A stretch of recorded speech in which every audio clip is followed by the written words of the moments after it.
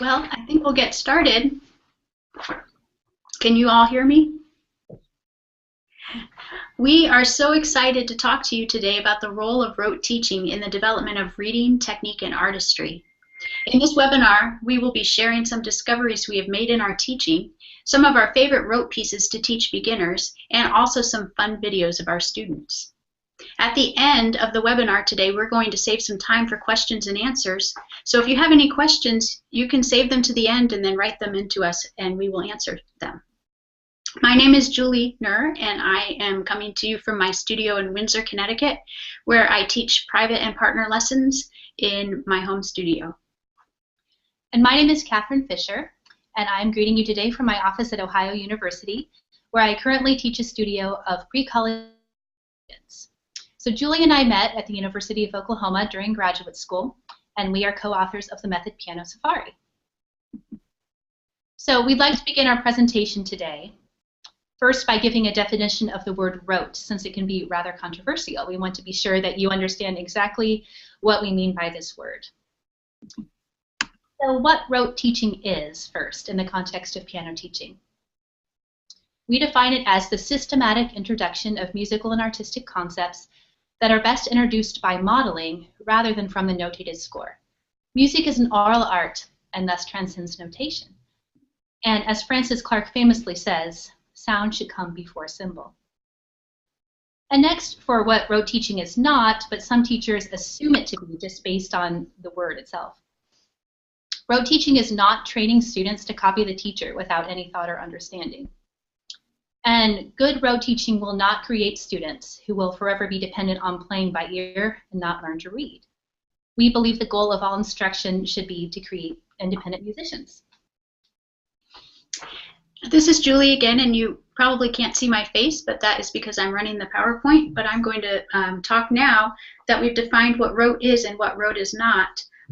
We're going to discuss how rote pieces relate to three areas in our teaching. And the three areas we're going to discuss are reading, technique, and artistry.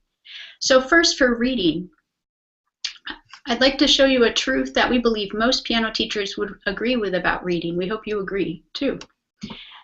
The truth is, excellent readers are created when substantial time is spent on foundational concepts. What we mean by this is, here is an example of a pre-reading piece from Piano Safari called Inchworm, and this is a reading piece. And students who are just beginning piano lessons actually need to have a lot of skills before they can successfully go home and practice this piece at home. For example, they need to know their right hand versus their left hand, how to keep a steady beat, how to track from left to right on the page. They need to know their finger numbers. They need to play with good technique, know about octave changes, have some basic understanding of rhythmic notation with the quarter notes and half notes. They need to understand the tempo marking of allegro and play with the accompaniment, keyboard orientation. These are many concepts that go into this simple piece. Yes, I think we would all agree that this is an enormous list to cover during the first few lessons a student has. These skills take time to build, and most students are not able to achieve even a rudimentary understanding in the first lesson, especially for our youngest beginners. So what can teachers do in the meantime? Imagine an eager young child arriving at their first lesson, excited about beginning piano. We need to encourage this enthusiasm by providing motivating pieces that sound like real music to play from the beginning. So I'd like to read you a really great quote from Raising Musical Kids, A Guide for Parents by Robert Cutietta. And in his book, he says, lessons at this age, and he's speaking of 5 to 10-year-olds, will begin introducing the basic concepts of note reading, but this will not be the primary function of the lessons. Instead, the teacher will encourage children to listen to themselves and perform musically. Too often, note reading gets in the way of these important skills for young children because all their concentration goes toward learning to read notes on the page. To balance this, the teacher may encourage some rote learning of musical pieces at this time. Rote pieces will provide interesting sounding pieces for students to play at the beginning of study while they're working on those foundational reading skills that we saw in the Inchworm piece. Rote pieces use the entire range of the keyboard and contain more complex rhythm and harmony than the traditional reading piece. As Julie and I have taught over the years, and discuss pedagogical topics. We've had several light bulb moments we would like to share with you. Since rote pieces are beneficial for beginners and building reading skill is so important, light bulb moment number 1 is why not work on reading and rote pieces at the same time? As we began teaching in this way, teaching reading pieces and rote pieces as separate categories of pieces simultaneously from the beginning of study, we discovered yet another light bulb. Light bulb moment number 2.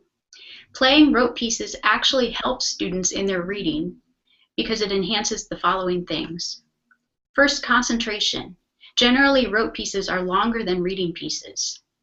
And so playing longer pieces builds the student's concentration, and that transfers over to their reading pieces.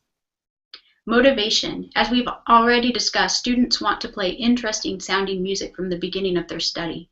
Rote pieces allow students to do this while they are working on reading in their reading pieces. Next, confidence. Playing a lengthy piece builds confidence. Also, because these pieces are memorized from the start, students have confidence that they can just walk up to a piano and play a great sounding piece. And this confidence transfers over to learning to read notation in their reading pieces. Keyboard orientation. Many successful rote pieces move all over the piano, and this helps students develop a feel for the topography of the keyboard so that when they're reading notation, they can just concentrate on the notes since their hands already know the keyboard very well. Pattern recognition and form. The best rote pieces for beginners are patterned. They are easily memorable, and the students learn that music is not random, but is created in patterns and forms. They then begin to look for those patterns in their reading pieces also. Rhythm. Playing rhythmically complex pieces by rote builds a rhythmic understanding that aids students in later learning the rhythmic notation. And we will talk about technique and artistry more in depth in a minute. We would now like to show you several examples of rote pieces that can be used with beginning students and explore how these rote pieces are able to enhance the skills needed for successful reading. The first piece we're going to show you is called I Like Bananas, and the video that we'll show you is a 4-year-old who has had about a month of lessons, and this rote piece focuses on developing the forearm motion. As you'll notice, she's only using finger twos because we believe that students should develop their large muscle control before the small muscles. Also, she is playing a very complicated syncopated rhythm, and although she cannot mathematically explain or understand this rhythm, she's perfectly capable of playing it, which will prepare her for the time when she's introduced to the notated rhythm later in her piano study.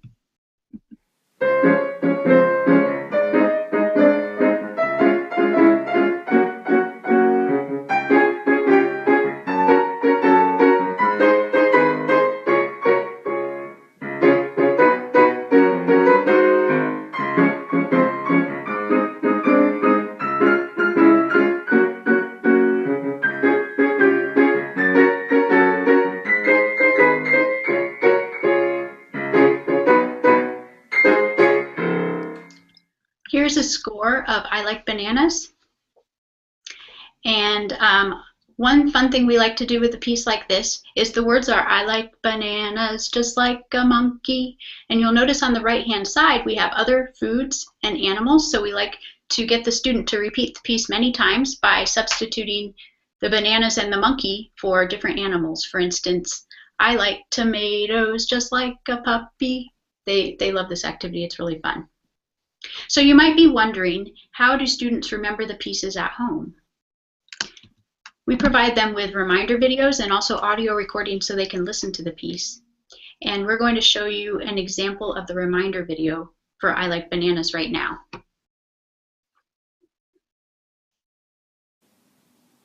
To play I Like Bananas, we start on the C above middle C and play the pattern white, black, black, white, black.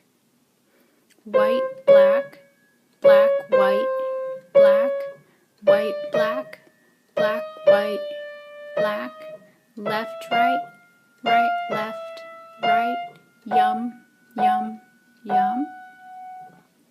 White, black, black, white, black, white, black, black, white, black, white.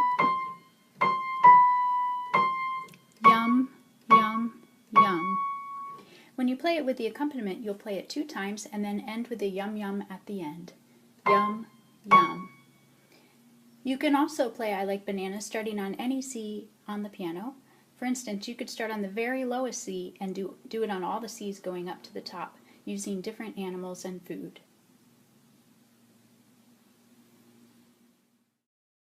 Okay, so let's just keep going here.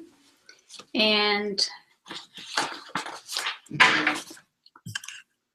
here's another piece called Martians Come to Town. And we like to teach form using this piece because each line is represented by a little Martian picture.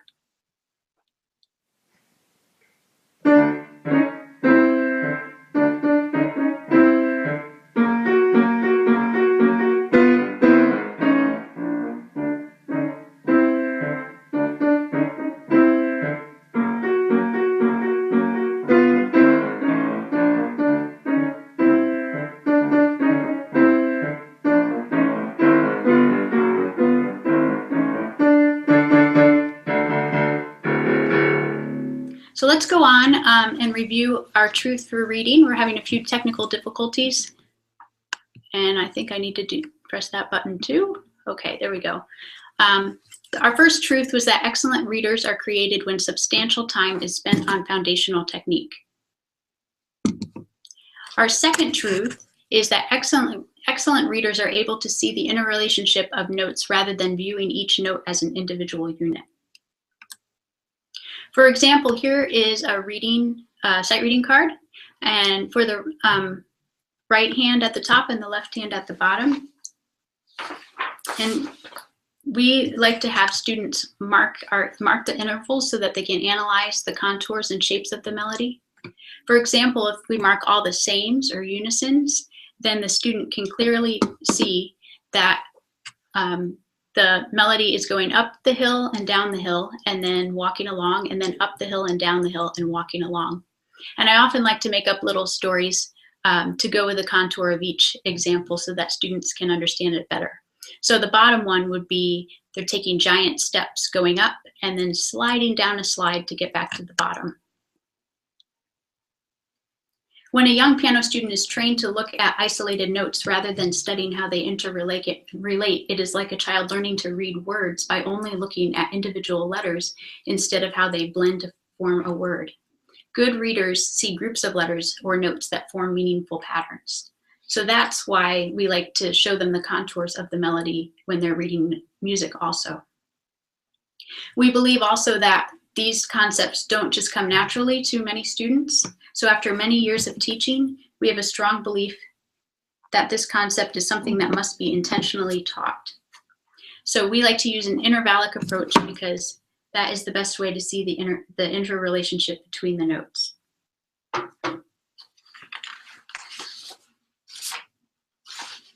Although marking and analyzing music is vital, we feel that it is not the only thing necessary to teach about patterns and the interrelationships of notes. Due to the physical and aural nature of music, it will greatly benefit students to actually play these patterns before they see them notated. For example, here is a rote piece called Flamingo Dancers. I'll play a little bit of it for you.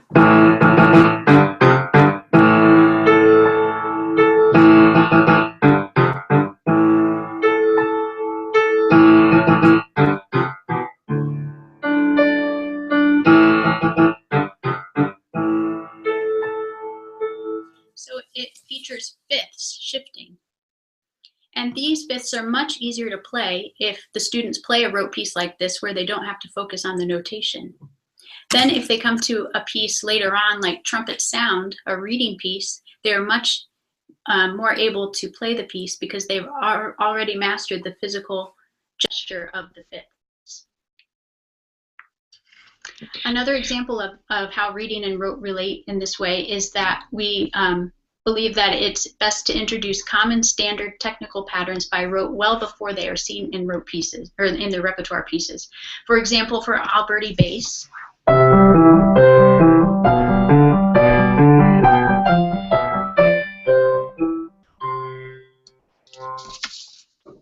I think we would all agree that it typically takes students time to play the pattern lightly, evenly, and fluently. If this concept is introduced at the top of a method book page and the student is expected to play it immediately in the piece following, it will likely be a difficult experience. This is due to the fact that the student is expected to simultaneously learn a new technical motion and read it in a pattern at the same time. By contrast, imagine the student who has played the Alberti pattern for some time in a variety of keys. When it is found for the first time in a piece, the student already has the physical sensation for the pattern. It is then a fairly simple matter to recognize what the pattern looks like notated. We have spent quite a bit of time talking about how teaching pieces by rote actually helps students in their reading, because this seems counterintuitive, and one must almost see it to believe it. It was certainly quite a revelation to us how rote teaching helps students learn to read. We will now talk more briefly through the topics of technique and artistry, and I think that we have Katie back with us, so I'll let her take over for the technique.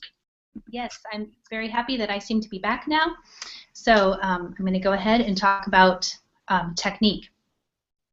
So first, a truth. Learning to play with excellent technique is best achieved when students are able to focus their attention on physical gestures and resulting sound rather than notation. There are certain skill areas in our art that are best transferred to our students by modeling rather than notation. We believe this is especially true for the technical and artistic elements that we strive to develop in each student's playing. Beginners at the instrument often have difficulty merging reading, rhythm, technique, and musical elements all at the same time. As teachers, we need to provide beginners with a one-point focus for each activity so they can achieve success before merging different skills together. I'm sure it's not difficult for most of us to imagine how overwhelming it is for a young beginner to sight read while simultaneously being asked to keep a steady beat, play with correct hand position, watch out for the articulation, and add musical inflection. Now, these are all things that we will eventually require the student to bring to the piece, but each item should be worked on individually before asking the student to be responsible for everything. As a result, teacher demonstration should be the primary means for teaching technique, and no score is necessary. It is important for each teacher to identify the essential gestures that make up an excellent piano technique and teach these to their students right from the start. I would like to talk a little bit about my dissertation that I wrote. It's called Strategies in the Formation of Piano Technique in Elementary Level Piano Students, an exploration of teaching elementary level technical concepts according to authors and teachers from 1925 to the present. That is a very long title because when you write a dissertation, you should have a long title and it should have a colon in the middle. So this is one of our little friends who's standing next to my dissertation in the University of Oklahoma Library. And if you would like to read it, it is available at our website, pianosafari.com. You can download and read the whole thing. What I did in my dissertation is I went around the country and interviewed about 12 extremely well-known and well-respected teachers of pre-college students to see how they taught technique. Included in these teachers were Marvin Blickenstaff, Mary Craig Powell, Nancy Breath, John Weems, and several other wonderful teachers. I learned so much from doing my dissertation, not just about technique, but about teaching in general. After my research, I distilled the ideas I gathered from all the teachers who had came from varying schools of technique into 7 gestures that beginners should master. These gestures were common to all the teachers. The 7 gestures we then gave animal names because that's more fun for students. So I'm going to switch over so that Katie is going to demonstrate these at the piano while I talk through them. The first one is the lion paw technique, and this is just a drop with arm weight.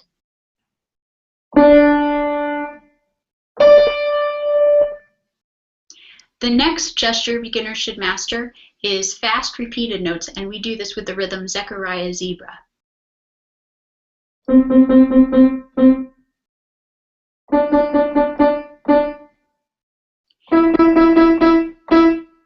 I thought it was interesting that 3 of the teachers in my study in a row that I interviewed used this exercise, and I asked Mary Craig Powell, who's a wonderful Suzuki teacher and lives in Ohio, whether this was just from Suzuki violin or whether it had significance for being played at the piano. And she said that the playing fast repeated notes really helps firm the fingernail joints that tend to collapse, and also helps the students have a loose arm, since it's impossible to play this fast without being loose.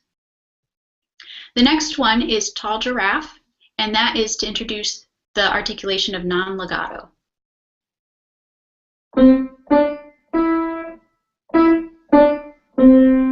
Non-legato is much easier for students to play than legato and keep a good hand shape. And you'll notice also that Katie was doing a nice wrist lift at the end, and we call that the tall giraffe neck. It's like you're petting the giraffe's neck to introduce wrist lift. After students have mastered non-legato, they move on to the tree frog technique, which is legato still with an arm bounce.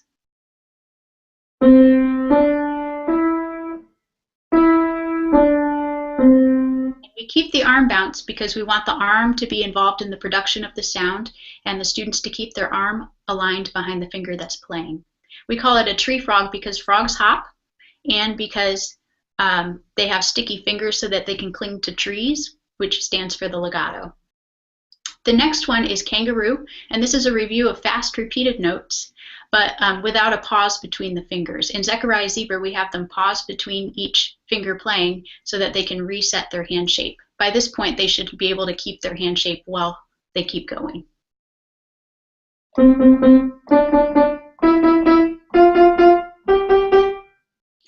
Soaring bird refines the legato technique with a 3-note slur and a smooth arm motion.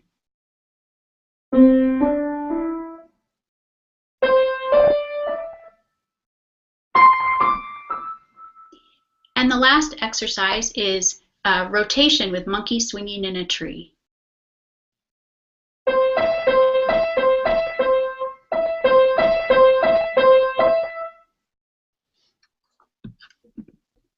Katie, do you have your monkey handy?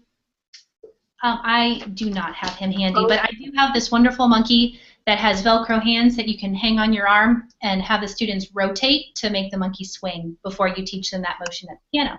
So that makes it quite fun. Okay, so going back to our PowerPoint here. There we are. So here is the list of the techniques. And then after they master these basic techniques, they can move on to pentascales, scales, and other more advanced techniques. We also like to teach a rote piece that goes along with each animal technique. And we are going to have a video of the one that goes with the tall giraffe exercise, the non-legato. This little guy in the video is 4 years old, and he'd been playing for a couple months at this point, and you'll notice that he really likes to experiment with the height of his tall giraffe neck leaps.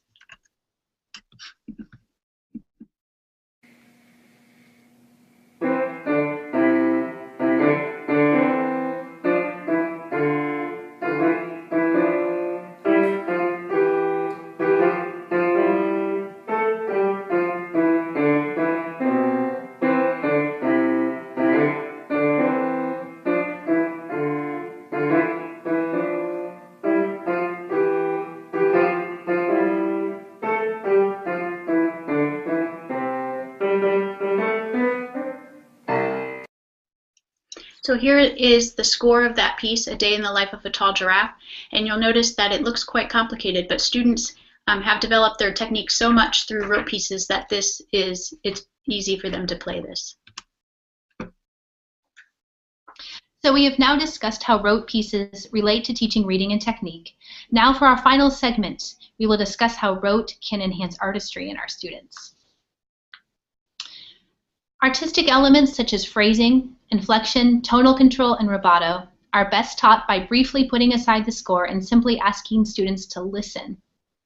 This idea seems obvious in some ways, but it has only recently occurred to me that I spend far too much time trying to explain a musical idea rather than just playing for students and asking them to listen for what I am trying to achieve. Modeling for students away from the score and asking them to play the passage back for you should be a vital part of every lesson. And I love this quote by Joseph Levine. Most students hear, but they do not listen. The finest students are those who have learned to listen. We should not be afraid or reluctant to play for students in order to give them a vision of what music can communicate. Even very young beginners are able to play with expression and nuance. and we should expect them to do so. Phrasing and dynamic shaping are one area of artistry. Another area is helping students develop creativity through improvisation and composition. We were surprised to find that our students who had been taught many rote pieces from the beginning of study improvised and created music on their own much more than students who were just taught to read without playing any rote pieces. And we had yet another light bulb moment when we realized that students improvise and compose using variations on the patterns they have learned in their pieces. It is our responsibility to provide them with a repertoire of varied sounds and patterns that allow them to express their creativity. This means that students who play most of their pieces in, for example, a middle C position, will improvise in a middle C position.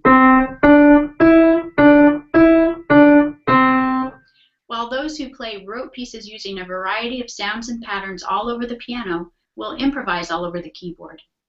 And we would like to show you an example of a video of a little student who is improvising a piece, and he is using various sounds from his rote pieces that have sparked his imagination to create this beautiful music. This is rocket ship going up. Rocket ship going up to space, okay.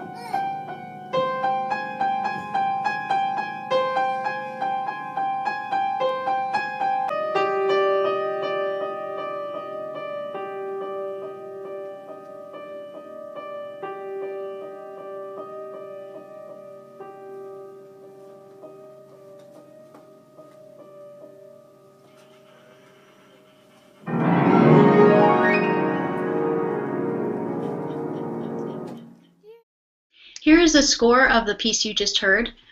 I spent several hours transcribing it for him. It was quite a complicated piece, but he was so excited to see his piece in print.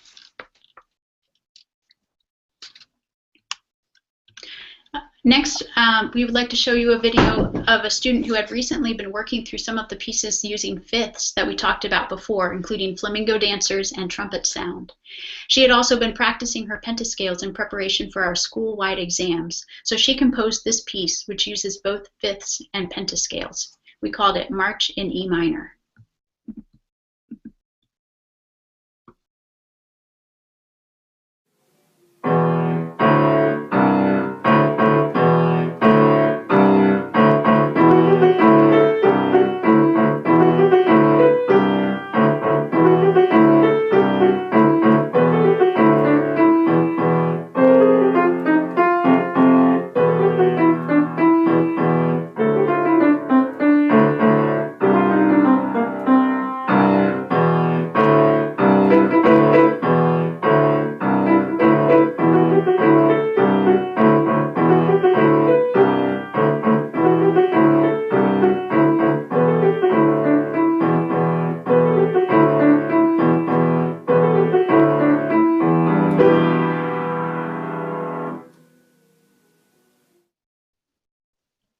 Now, I might mention that that student is now this year working on an epic piece that is 10 parts long, which when I get a good video of it, I'll put it on our YouTube channel on Piano Safari YouTube. It's a really interesting piece so far. Now, to conclude our presentation, we wanted to talk a little bit about the nuts and bolts of how to choose good rote pieces, because the truth is, not every piece is a good rote piece. So what makes a good rote piece? First, is the piece made up of easily memorable patterns? Patterned pieces are the best rote pieces. For example, I love this piece called Hamster Chase by Martha Meir from Just Imagine Book 2.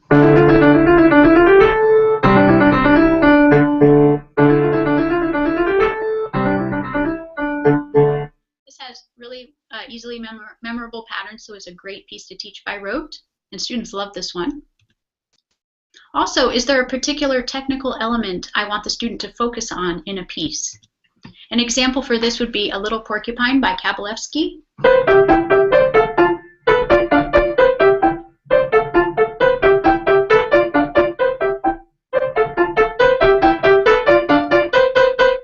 It sounds like a porcupine too.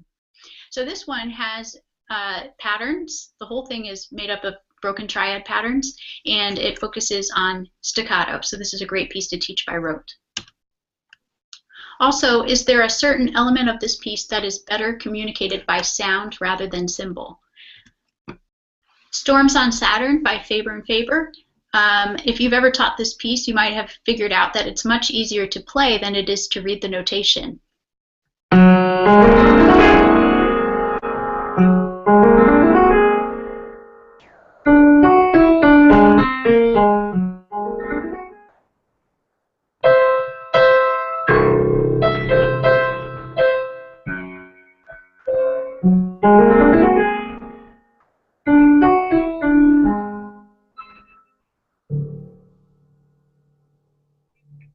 This piece is much more successful when taught by rote because students are able to really concentrate on the mood of the piece and the flow of the phrases. And our last question for what makes a good rote piece: is the piece more difficult than the student's current reading level? If so, it might be a good candidate for a rote piece. One of my favorite pieces is Celebration by Anne Crosby from her book In My Dreams.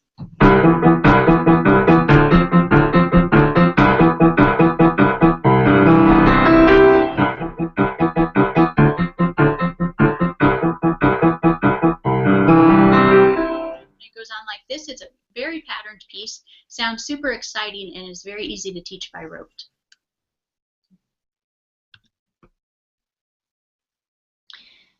So this of our presentation, but we'd love to answer any questions you might have.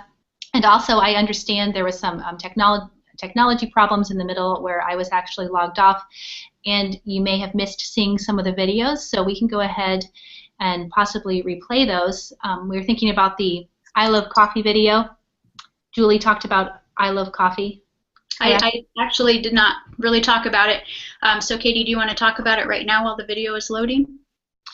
Sure. So I apologize about the technology problems. There was a piece back at the beginning we wanted to show you, which was an early level rote piece written by Carolyn and Bernard Schock, and it was first published in their book Piano Partners, and then they gave us the rights to reprint it in Piano Safari.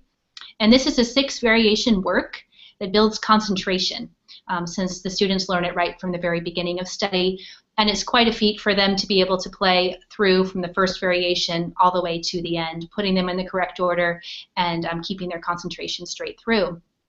So we have a video of an ensemble playing this at a recital. Now, all of the children had learned the piece all the way through in its entirety, but they all wanted to play it at the recital, and we thought that'd be a little bit too much. So instead, they each have a variation that they're responsible for, and they rotated through it. So I hope you enjoy this ensemble video of I Love Coffee.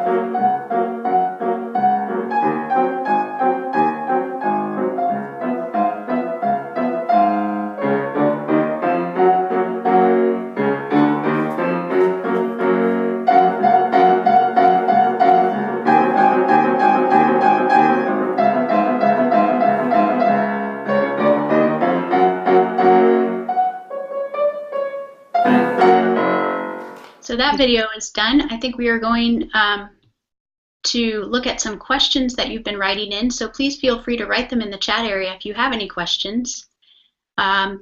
This says, here's there's several about the books in our series, and all the information for Piano Safari is available at our website, pianosafari.com, and we have many other videos and information about each level of the method, so you can look there for that.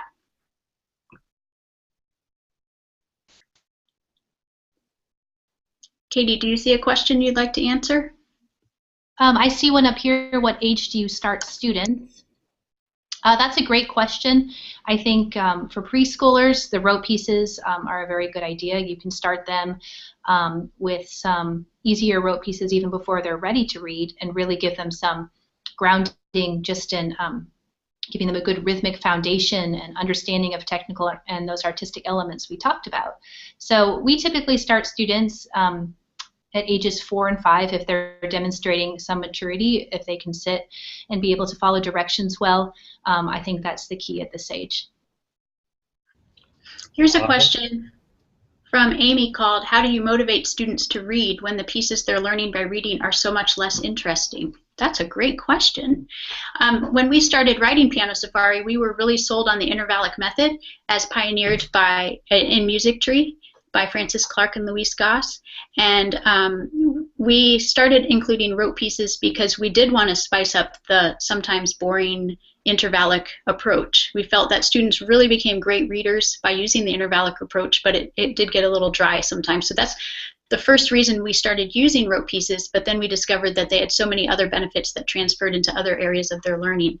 So basically, we bribed them with chocolate to do their sight reading cards, and also they trust us so much because we provide so many interesting pieces for them to play that when we say okay, now we're going to play this reading piece called My Dog Fritz, and they're perfectly happy and excited to play it. And also, most of our reading pieces that we teach have great student or teacher accompaniments also, so it really does liven them up. Mm-hmm. And whatever piece we're teaching, whether it be a reading piece, to appeal to the student's imagination in some way. So we do have this piece called My Dog Fritz, an early reading piece where they move octave on the second line and just repeat the melody. So it's very simple intervallically, but we talk to the youngest beginners about how Fritz is visiting someone and who do they want him to visit. And so we try to draw an analogy or appeal to their imagination in some way so that reading pieces are boring just because they're more limited range. Also, I was really inspired by a session at NCKP last year that Elisa Milne from Australia did. She was talking about how she varies the pieces in different ways during the lesson to create musical experiences for the student, even with the, quote, most boring pieces. And we like to do that with all our pieces, for whether they're rote pieces, whether they're playing their Charlie Chipmunk rote piece in various octaves, or trying it hands together, or playing it fast or slow, or varying the dynamics. And they can also do that with their rote pieces. So they can double it and play them hands together. They can play them in different octaves at different tempos. I have a drum, so we use the drum a lot. So there's many ways to make all the pieces interesting. Emily has a question regarding parents' involvement. How do you guys get parents involved, or is it something similar along the lines of Suzuki, where the parents are integrated with the lessons? Katie, do you want to take that one, since you're a parent?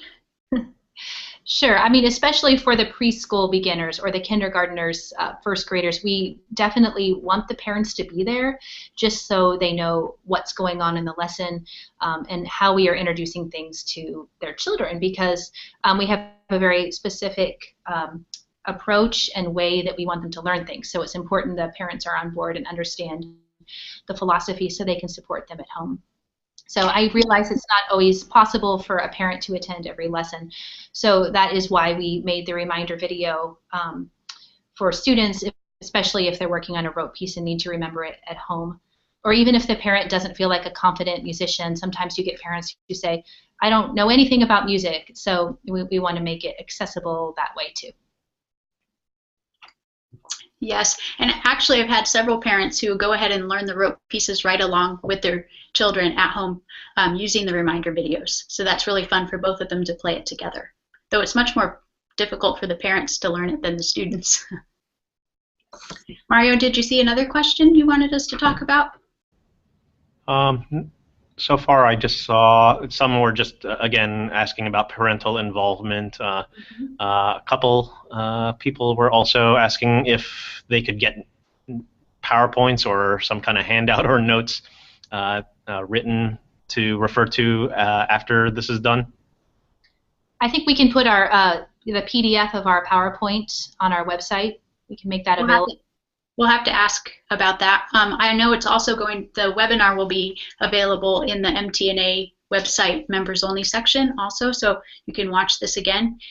Sorry about all the technical difficulties there, but I think you saw most of the videos we were going to show, and then the ones that we didn't show are actually on our website, and along with many other videos, so you can see that there too.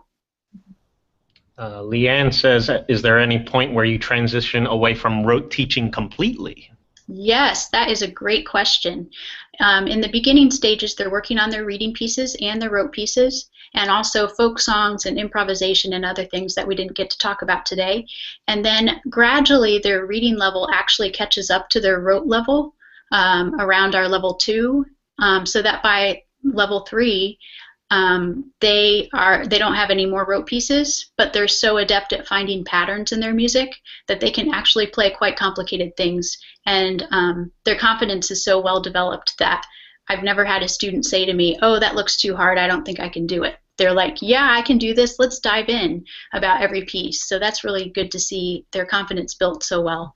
And so about level 3, it becomes pretty much all just reading.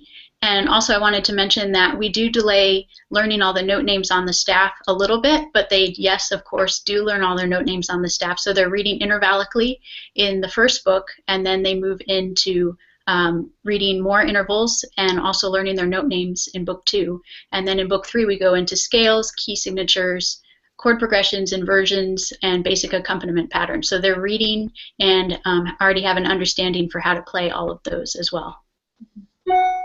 Yes, so I also want to point out that a student will develop in their reading, and they may not technically need a rote piece because they can read anything, but there still are things as teachers that we can teach by rote that we do naturally, especially those artistic things, just modeling something that's very patterned that still might be easier for a student who can read to learn by rote because you want them to focus on something else like their technique. I still feel like there is room for doing some teaching like that along the way, even if they can read everything.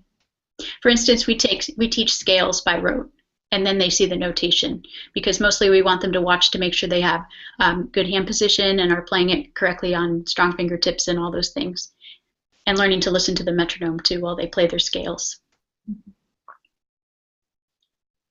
I saw a question too, again, about when we begin teaching notation, and just wanted to emphasize that we do that from the very beginning also.